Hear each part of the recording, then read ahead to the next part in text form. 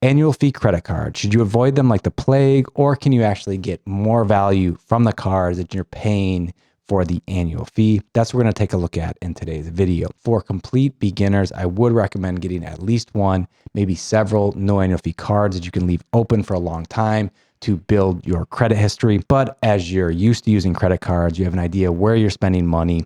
Then at that stage, you can probably figure out, does it make sense to pay an annual fee or not?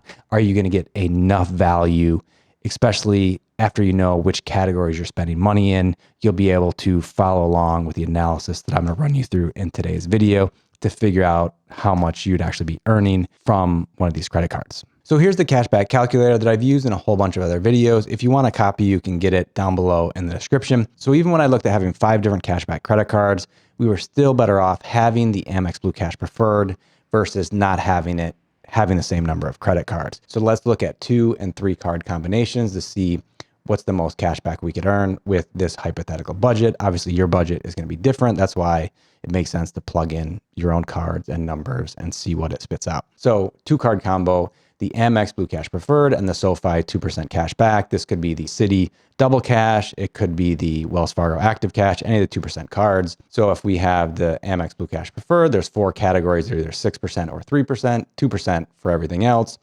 Overall, for the year, $900, take out $95, we're left with $805. If we have the Amex Blue Cash Preferred and the Chase Freedom Unlimited, we end up earning $931, even after taking out the $95. And then if we look at 2 card combinations without an annual fee, so the 2% cashback plus the Freedom Flex, we're usually better off with the Freedom Flex versus the Freedom Unlimited if we have a 2% cashback card, because basically you can see with the Freedom Unlimited, you get 1.5% cashback on non-category spending. So these 2 cards, $744, the Wells Fargo Autograph and the SoFi card, $720. The Wells Fargo Autograph plus the Chase Freedom Unlimited, we're at $738.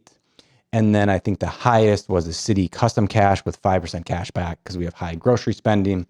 And then the SoFi credit card for everything else. And we're here at $756, which if we go back and look at what it was with the Freedom Unlimited and the Amex Blue Cash Preferred, $931 is quite a bit higher. If we scroll over further, you're going to see different combinations with 3 cards. So we have the Blue Cash Preferred, the Freedom Flex, the SoFi card, and we're at $973 now. And then even better, if we have the Freedom Unlimited and the Citi Custom Cash, we end up with $1,027 or 3.6% cash back with those 3 cards.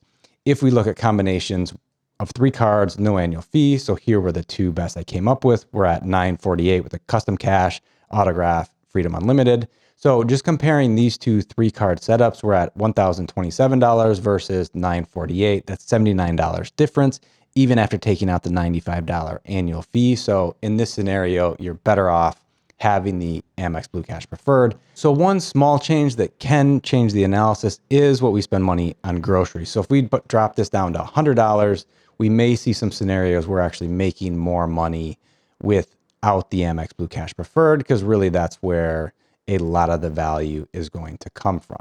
So with the 2 cards, let's see if there's a better setup now with no annual fee. So you can see what we had before. So this combination of Blue Cash Preferred and Freedom Unlimited, $643. The SoFi and Freedom Flex is paying a couple of dollars more. So here's an example and why it's important to run the numbers yourself, where you spend money.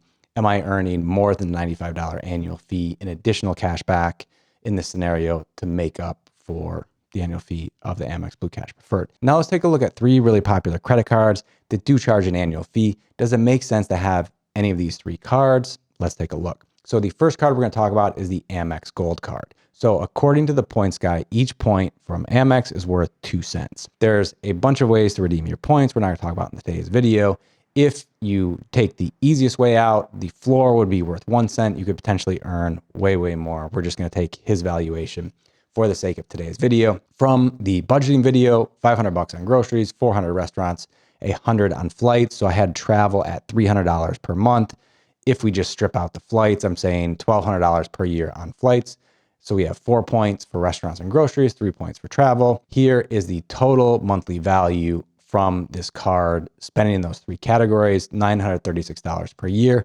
Where some of the annual fee cards get interesting is some of the other perks that you earn, but it depends how much of that you're actually going to use or not. So with the Amex Gold card, you get $10 per month at Uber or Uber Eats, and you get $10 at Grubhub and a couple of other places. If you say, hey, I don't ever use any of those, let's say that that's worth $0. If you say, hey, I take Uber or get Uber Eats every single month and I use Grubhub, you're going to earn $240 just from these other perks. The annual fee is $250. So the rest of the annual fee to get high points in the three categories up above is $10. So you can kind of play around with, does that make sense? If we say 50% of the value, you're earning $120 per year from Uber and Grubhub. And then with the high points, hopefully you're making up for the $120. In this example, you can see over $1,000 in total value, less than $250. You ended up earning $806 in value. Another potential way to look at it is the welcome offer. So how much is the welcome offer worth?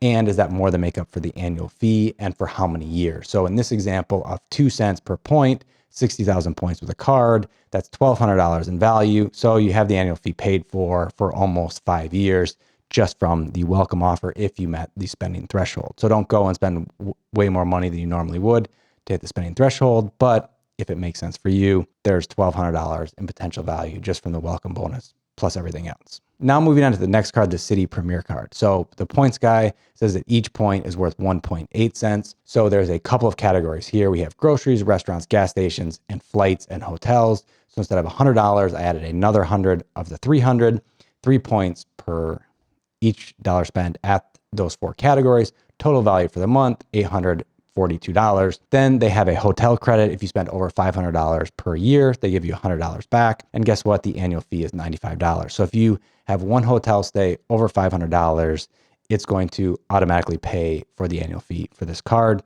And then everything on top of that is just gravy. If we look at the welcome bonus for this card, so 80,000 points, a value of over $1,400, that's 15 years of the annual fee paid for just from the welcome bonus. The next card I want to talk about is the Venture X card from Capital One. So this is one of my favorite travel cards right now because it's so easy to get the somewhat high annual fee paid for by the bonuses. Also, I think there's a lot of uses for the card where you essentially get 2 miles for every dollar you spend on the card. So it's nice that you have flexibility to use this for any of your spending categories. So let's just go through the analysis. So I'm saying non-category spending. So you have other cards you're using for most of your spending, but there's $500 a month you put on this, 2 points per dollar, 1,000 points per month. So you're not earning a ton of value from your spending from this because you're not spending a ton on this card.